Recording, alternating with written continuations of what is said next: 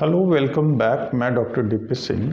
आज हम लोग चिकन पॉक्स पर बात करेंगे कि चिकन पॉक्स किस तरह की बीमारी है, चिकन पॉक्स को कैसे पहचानते हैं, चिकन पॉक्स कैसे फैलता है, चिकन पॉक्स के क्या स्टेजेस हैं, चिकन पॉक्स के क्या लक्षण हैं और इसके क्या कॉम्प्लिकेशन हैं। तो पहले देखते हैं कि चिकन पॉक्स क्या है। तो चिकन पॉक्स एक वायरल डिजीज है जो वर्सिएला जोस्टर नाम के वायरस के कारण होता है और इस वायरस के कारण बॉडी के ऊपर red rashes, bump, blister and scab बनते हैं। ये बीमारी हाईली कॉन्टेजियस डिजीज है, मतलब कि ये छुआछूत की बीमारी है, बहुत तेजी से फैलता है। दूसरा, ये बीमारी सबसे ज़्यादा बच्चे लोगों में ही होता है, लेकिन किसी भी एज ग्रुप में होने की संभावनाएं हैं। ये बड़े लोगों में भी होता है और बच्चे लोगों में भी होता है, लेकिन कॉमन सबसे जो हमने कहा है कि सबसे ज़्यादा कॉमन बच्चे लोगों में ही ये बीमारी होती है। लेकिन अगर किसी एडल्ट को होता है तो ये ज़्यादा ही थोड़ा बीमार करता है लोगों को। दूसरी बात ये है कि अगर चिकन पॉक्स किसी को हुआ है तो कैसे हम पहचानें।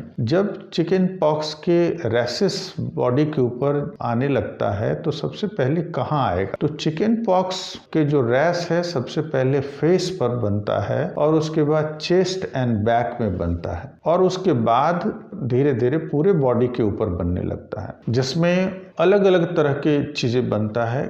आप कभी देखेंगे कि रैश भी रहता है, जो हम लोग आगे भी स्टेजेस में देखेंगे कि क्या क्या स्टेज है उसमें। चिकन पॉक्स से लगभग 1 मिलियन पीपल हर साल इन्फेक्टेड होते हैं। चिकन पॉक्स कैसे स्प्रेड करता है, एक आदमी से दूसरे आदमी में कैसे पहुंचता है चिकन पॉक्स, तो कहा कि जो व्यक्ति क्लोज कांटेक्ट में है, अगर किसी को चिकन पॉक्स हुआ है और उसके कांटेक्ट में जाते हैं तो होने की संभावनाएं हैं। दूसरा होता है एयरबॉर्न के कारण। एयरबॉर्न जो सांस के जरिए, कहा कि जो व्यक्ति चिकन पॉक्स से सफ़र कर रहा है वो छींकता है, खांसता है, तो उसके जो ड्रॉपलेट्स होते हैं उसमें उसके वायरस होते हैं, इससे दूसरे लोगों के होने की संभावना है। कहा कि स्लाइवा से फैल सकता है। अगर आप किसी को किस करते हैं, आप इन्फेक्टेड हैं, चिकन पॉक्स से हैं, कोई बच्चा है, तो अगर वो पानी का शेयर करता है तो उससे भी होने की संभावना है। और स्किन टू स्किन कांटेक्ट, अगर मान लीजिए कोई चिकन पॉक्स से सफ़र कर रहा है, उसको कोई गला लगाता है और कोई उसके साथ में सोता है, तो इससे उसको होने की संभावनाएं हैं। और कहा कि जो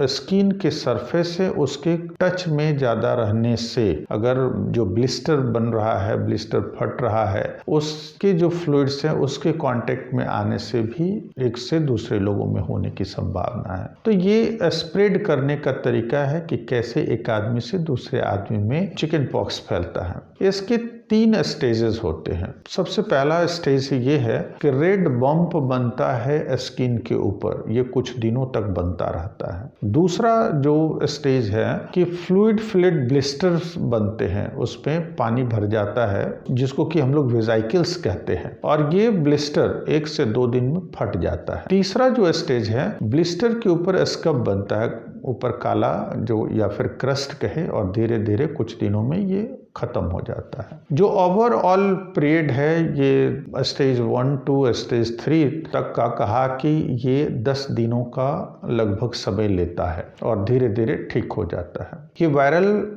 इन्फेक्शन बच्चे लोगों में तो ठीक है, लेकिन बड़े लोगों में ये इन्फेक्शन जो है बहुत ही सीरियस, अलग अलग जगहों पर ये ब्लिस्टर बन सकते हैं, जैसे एनस में बन सकता है, यूरेथ्रा में बन सकता है, वेजाइना के अंदर इसके ब्लिस्टर बन सकते हैं। तो बहुत सारे बॉडी के पार्ट्स हैं, इंटरनल पार्ट्स हैं, जहाँ पर ये ब्लिस्टर बना सकता है। चिकन पॉक्स के जो सिम्टम होते हैं, लो ग्रेड फीवर होता है, हेडेक होता है, फीलिंग ऑफ टाइड होता है, खांसी हो सकता है, लंग्स में इन्फेक्शन, निमोनिया होने की संभावनाएं हैं, पेन एब्डोमेन हो सकता है, स्किन के ऊपर इचिंग होता है, बम्प बनते हैं और ब्लिस्टर होते हैं, खांसी हो सकता है। जो ब्लिस्टर होते हैं उसमें फ्लूइड भरे होते हैं, 1 से 2 दिन में वो ब्लिस्टर फट जाता है। बहुत बार हम लोग देखते हैं कि जो रैशेस, रेड रैश है, साथ साथ में ब्लिस्टर है और स्कब है, ये तीनों चीज़ें एक साथ हमको दिखाई देता है। बहुत बार हम लोग ये तीनों चीज़ों को एक साथ देख सकते हैं। स्किन के जो रैश हैं, ब्लिस्टर्स हैं और बम्प है, ये सभी बॉडी के ऊपर दिखाई देता है। इसका मतलब है कि एक बन रहा है, दूसरा फट रहा है और तीसरा जो इसके ऊपर स्कैब का फॉर्मेशन, जो क्रस्ट है उसका फॉर्मेशन हो रहा है। तो ये ओवरऑल लगभग समय है, हम लोगों ने देखा है कि 10 दिनों का टाइम ले लेता है। इसके कुछ कॉम्प्लिकेशंस हैं जो चिकन पॉक्स के बाद होने की संभावनाएं हैं, जैसे स्किन का सेकेंडरी इन्फेक्शन होना। जब वो ब्लिस्टर फटता है और उसका साफ सफाई नहीं हो तब इसके ऊपर सेकेंडरी इन्फेक्शन होने की संभावनाएं अधिक होता है, बढ़ जाता है। दूसरा हो सकता है ये डिहाइड्रेशन करा दे। चिकन पॉक्स में बच्चे लोग बहुत कम खाते हैं, पानी कम पीते हैं, या बड़े लोगों को भी हो तो ऐसा होने की संभावना है। तो कहा कि खान पान कम होने के कारण डिहाइड्रेशन की संभावना है। उसके बाद कुछ लोगों में ब्रेन के स्वेलिंग करा दे, जिसको इंसेफेलाइटिस कहते हैं। कुछ लोगों को निमोनिया हो सकता है, जो हमने कहा कि खांसी की वजह से कुछ लोगों में धीरे धीरे ये इन्फेक्शन लंग्स की ओर नीचे चला जाता है और जो दोनों लंग्स में इन्फेक्शन करा करके वो सीवियर निमोनिया का रूप ले लेता है। और फिर कुछ नेक्स्ट जो इन्फेक्शंस हैं वो है रेई सिंड्रोम, जिसमें कि ब्रेन में भी स्वेलिंग करा सकता है और लीवर में भी स्वेलिंग करा सकता है। तो ये बहुत ही कॉम्प्लिकेटेड चीज़ें हैं। तो चिकन पॉक्स के साथ इतनी कॉम्प्लिकेशन होने की संभावना है, इसीलिए चिकन पॉक्स से बचने के लिए सभी बच्चों को वैक्सीनेशन किया जाता है। जो बच्चे वैक्सीनेशन लिए होते हैं, अगर उनको चिकन पॉक्स होता है तो वो माइल्ड वैरायटी के होते हैं, और जो बड़े लोग हैं उन लोगों में जब भी चिकन पॉक्स होता है वो सीवियर तरह से होता है। तो हर एज में होने की ये संभावनाएं हैं। मुझे आशा है कि आप लोगों को चिकन पॉक्स पर ये जानकारी अच्छी लगी होगी। अगर आप हमारे चैनल पर नए हैं तो हमारे चैनल को सब्सक्राइब कर लें और इसी तरह से हमारे चैनल को लाइक करें, शेयर करें। धन्यवाद।